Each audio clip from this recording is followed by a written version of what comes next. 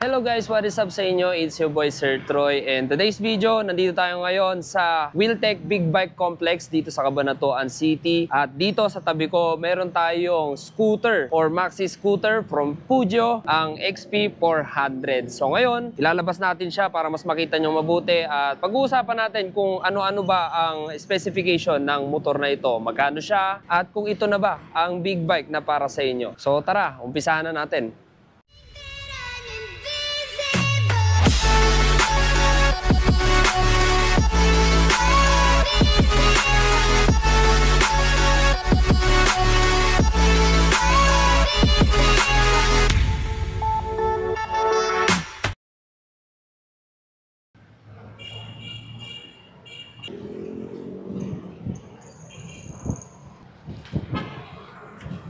Napakagaan niyang i-center stand, grabe.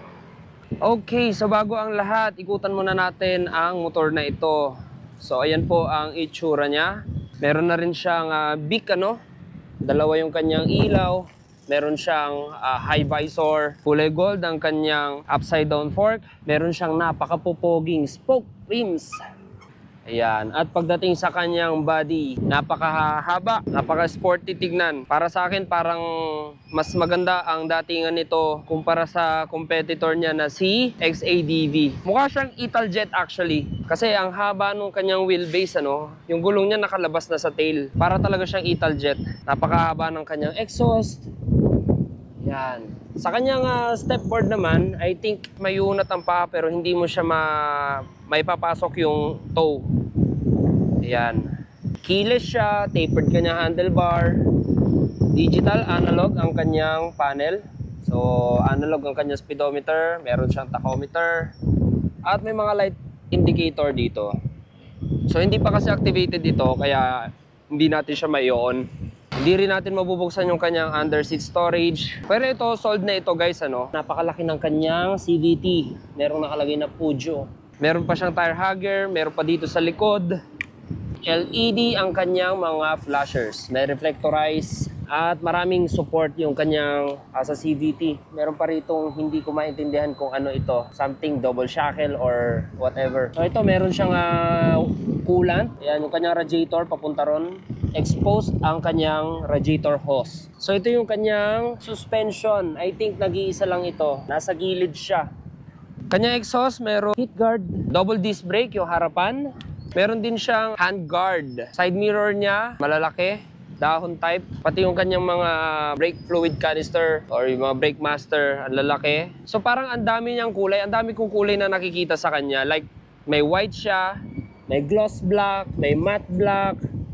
Parang may linings pa rito. Pwera pa yung kanyang accent na orange. Sa kanyang upuan naman, stitch, maraming texture, may rough, may fine, may parang something carbon. Ayan, kulay white ang kanyang stitch. Hindi ko lang alam kung ano ito. I think sa lagayan ng keyless ito or yung kanyang remote key.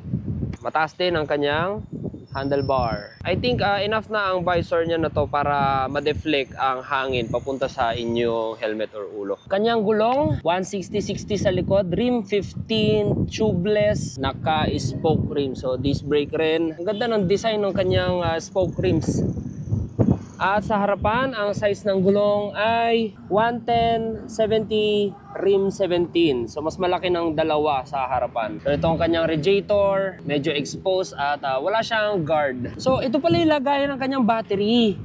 Nasa harapan, medyo exposed din, delikado kung sakaling kumain ng bato ito tapos natamaan yung battery, mabubutas, pwedeng mabutas. Pero I think may cover yan kasi meron siyang tornilyuhan dito. Ayan. Pero I'm sure may cover yun. Ang kanyang beak, malapad, medyo maikli. Ilaw, all LED. Ayan, full LED technology. 400cc, malamang sa malamang ay ABS na ito, front and rear. At ang kanyang braking system, Peugeot. So, ayan. Tignan natin yung kanyang specification. Although first time natin siyang makikita, hindi tayo magagaling-galingan. So, ngayon ko na ito re-reviewin. At babanggitin ko na lang sa inyo yung kanyang specification. So unahin natin yung kanyang presyo.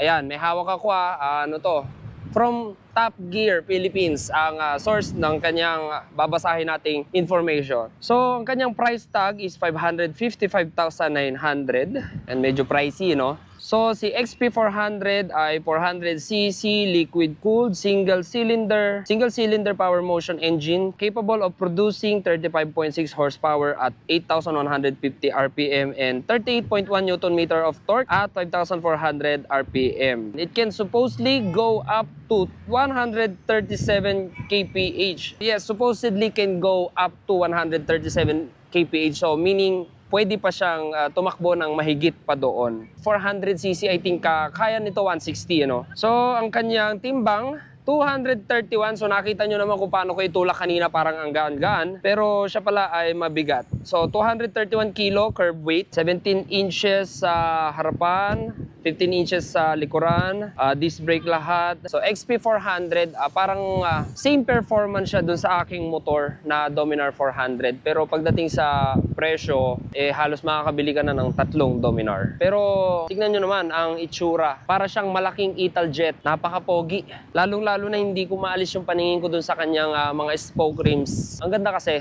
So, yan po ang Peugeot XP400. So, kung nagustuhan nyo yung vlog natin about dito sa bike na to, please like, comment, share, and subscribe, and hit the bell notification para updated kayo pag may bagong video tayo. So, maraming salamat kay Boss Philip Garcia ng Wheeltech Big Bike Cabanatuan. So, yun lang guys. Ride safe, and see you on my next one.